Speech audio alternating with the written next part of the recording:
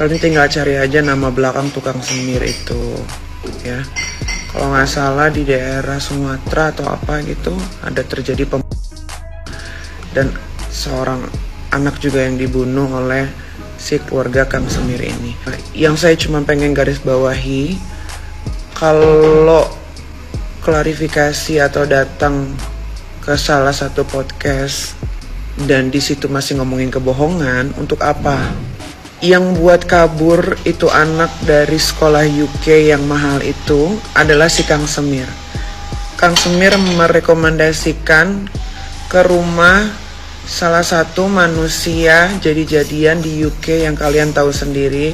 Kalian tahu yang merekomendasikan adalah si Kang Semir karena ternyata katanya masih saudaraan. Anak ini harus dijaga, si perempuan ini jaga. Nasi sudah jadi rengginang, ya. Bukan itu anak perempuan saja, tapi si Kang Semir beserta satu keluarga juga sudah membuat 1 tahun ini membuat satu pendidikannya si anak perempuan ini hancur. Setiap anak perempuan ini dapat uang dari TikTok hasil gift itu diberikan ke tukang semir dan keluarganya. Semua yang keluar dari mulutnya si keluarga Rohingya itu di kontennya si Denny itu adalah kebohongan yang hakiki.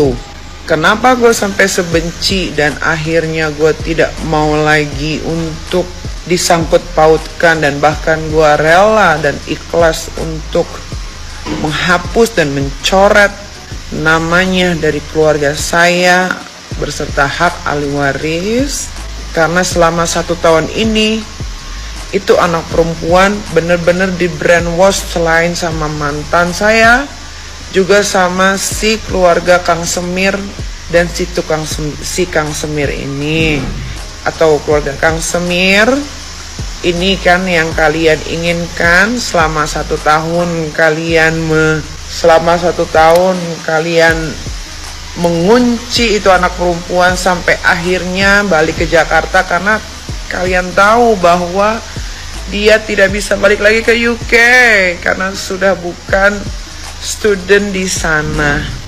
Karena saya tidak akan pernah menerimanya lagi setelah keluar itu konten, saya makin yakin bahwa saya tidak akan pernah menerimanya lagi. Kang Semir, mudah-mudahan kamu kamu dengar live IG saya ya, supaya sadar bahwa apa yang sudah kalian lakukan menghancurkan banyak orang. Awal-awal Anda Kang Semir ngedeketin itu anak, saya sudah DM, saya meminta dengan sangat untuk dijauhi, tapi Anda sengajain tambah parah, malah setiap malam harus video call. Tidak ada space, kalian tidak akan pernah bisa mendapatkan apapun dari saya. Nah ini ya guys ya, lagi rame dibicarain juga. Jadi seperti yang kita tahu ya, beberapa hari yang lalu kan si Nikita Mirzani ini datang ke podcastnya Densu, dan nggak sampai selang seminggu guys, si Fadel juga datang ke podcastnya si Densu. Ini aku berusaha untuk netral ya guys ya, tapi ada kemungkinan juga aku lebih condong ke arah Nikita Mirzani karena aku ini juga seorang ibu. Jadi kalau podcastnya Densu kan kelihatan sebenarnya kalau si Nikita ini masih peduli sama si Loli kan ya. Dan kemarin waktu aku lihat podcastnya Densu sama si Fadel ini, si Fadel ini ada ngomong dia rela putus sama Loli asal ibunya masih mau nerima Loli. Oke, ini ada 2 kemungkinan ya guys ya. Yang pertama, dia memang ingin mendamaikan si Loli dengan ibunya, dan yang kedua, dia udah capek dihujat sama media, sama netizen guys, makanya dia memutuskan untuk balikin Loli ke rumahnya. Tapi kan tetap semua keputusan ada di tangannya Loli ya guys ya. Dan ini kalau dari pandangan aku yang seorang ibu ya guys ya, kita kan tahu ya kalau sini kita ini kan single parent ya untuk 3 anaknya. Apalagi anak yang pertama yang Loli ini kan dia cewek, otomatis menjaganya ini akan lebih susah.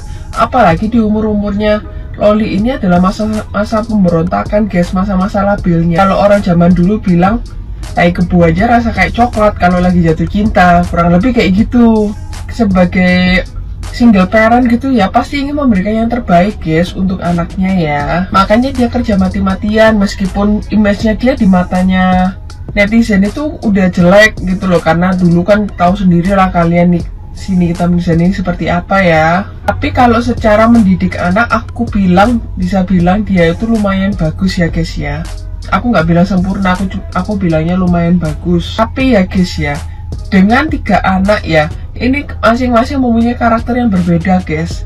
Mungkin sini kita bisa lebih kalem ke kedua anaknya yang cowok, tapi ke si Loli belum tentu dia bisa kalem. Karena apa? Karena kalau aku lihat dari sifatnya si Loli ini, dia memang perlu dikerasin guys. Cuma repotnya gini, si Loli dikerasin nggak mau, dilembekin malah seenak sendiri. Repotnya di situ. Dan kalau untuk si Loli sih aku ngerti ya, mungkin dia kurang mendapatkan kasih sayang dari ayahnya karena dari keluarga broken home ya. Aku mengerti banget ya itu ya.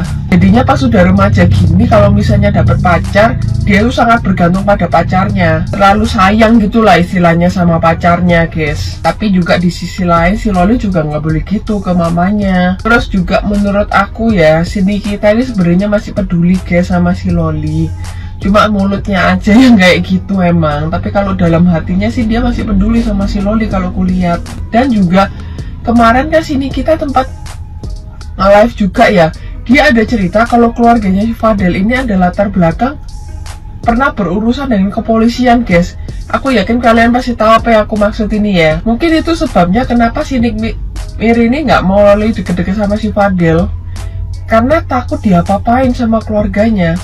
Ya meskipun kalau kita lihatnya di media sosial katanya keluarganya Fadel ini perhatian, baik sayang gitu ya. Tapi kan gini guys, kita nggak ngerti sih hatinya orang ya. Jadi sebenarnya si Nikmir cuma nggak mau anaknya ini, si Loli ini, nah musibah guys dari keluarganya si Fadel ini ya. Sebenarnya kurang lebih begitu sih kalau menurut aku ya guys ya. Jadi di sini nggak ada yang benar ya guys ya. Memang sama-sama salah ya. Si Nikmir juga harusnya nggak boleh nge-cut off si Loli kayak gitu, atau mungkin memang itu cara paling ekstrim biar si Loli ini kapok, mungkin aja kayak gitu ya. Si Lolinya sendiri juga nggak boleh kayak gitu ke ibunya.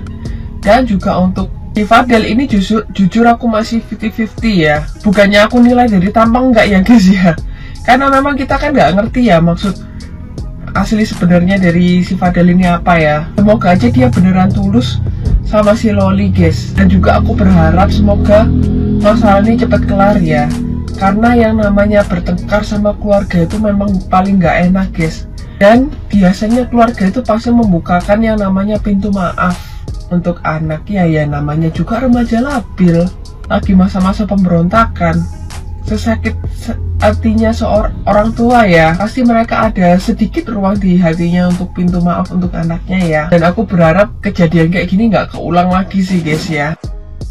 Akhirnya gue pengen banget ya speak up soal masalah ini, tentang Nikmir dengan anaknya ya, Loli. Gini deh, mending ya yang menengahi permasalahan antara Nikita Mirzani dengan anaknya itu sebaiknya seorang psikolog. Psikolog anak yang mengerti dunia anak dan remaja. Dengan didatengin di podcast juga nggak akan nyelesain masalah sih, yang ada malah bikin masalah baru kalau menurut gue ya. Soalnya kasihan banget sebenarnya. Gini loh, permasalahan Loli itu kan karena gara-gara dia tuh ngebelain bapak tirinya ya kan, ngebelain bapak tirinya sampai dia kabur ke UK. Tapi ternyata apa yang terjadi, dia udah belain bapak tirinya, tapi dia akhirnya terkatung-katung gitu kan, terluntang-lantung hidupnya. Karena sebenarnya anak ini tuh butuh arahan banget. Dia butuh pegangan, dia butuh ada seseorang yang menyadarkan dia gitu loh, yang meluk dia dan tidak menghakimi dia. Kalau yang gue tonton di podcastnya si Denso itu kan tetap ada penghakiman sih sebenarnya, jadi bikin suasana jadi runyam kalau menurut gue sih ya. Walaupun memang bagus sih dia berusaha menengahi, cuman tetap aja bikin runyam. Ada judgement di situ ya, baik dari ya kalau dari Nick Mir udah pasti, tapi dari Densu juga ada judgement sedikit lah. Dia nggak butuh itu. Yang dibutuhkan oleh Loli tuh dia tuh dipeluk, diterima kembali ya. Dan siapa orang yang paling masuk akal di sini adalah psikolog. Kenapa gue bilang psikolog? Karena psikolog itu orang yang bisa menetralkan. Dia kan orang asing. Nah kalau Densu itu kan dia teman baiknya Nick Mir, ya kan? Ya temenan lah. Pasti yang namanya judgement pasti ada keluar dari mulutnya. Nah sebaiknya yang namanya penengah itu orang yang netral, yang sama sekali nggak kenal di antara mereka berdua. Ya, nah itu psikolog deh. Jadi mudah-mudahan di sini ada psikolog ya. Mohon ada psikolog yang bisa menengahi permasalahan antara Nick Mir dan Loli. Kesian loh. Aku tuh kasihan sama Lolinya juga. Dia mungkin maksud dia tuh sebenarnya ingin membela bapaknya, membela orang. Dan dia melihat dari sudut pandangnya dia yang menurut dia benar. Walaupun namanya juga anak kecil kan, mungkin dia ya pengetahuannya terbatas lah, apalagi soal rumah tangga. Dia kan belum pernah berumah tangga, dia kan nggak tahu seluk-beluk berumah tangga tuh gimana permasalahannya. Rumit, permasalahan orang dewasa tuh rumit gitu loh. Jadi menurut aku stop deh yang namanya diundang podcast mereka berdua. Sebaiknya ada psikolog yang menengahi ya, karena ini jadi kesian. Aku sih kesian sama Lolinya juga, dan kesian sama Nick Mir. Sebenarnya Nick Mir itu ternyata ibu yang baik ya. Walaupun bagaimanapun dia ibu yang sebenarnya masih peduli sama anaknya.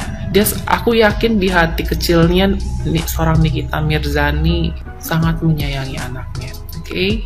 Jadi mudah-mudahan ada psikolog ya. Psikolog yang bisa menengahi mereka berdua. Jangan diundang ke podcast, kayaknya nggak ngaruh deh, malah bikin panas kalau menurut gue.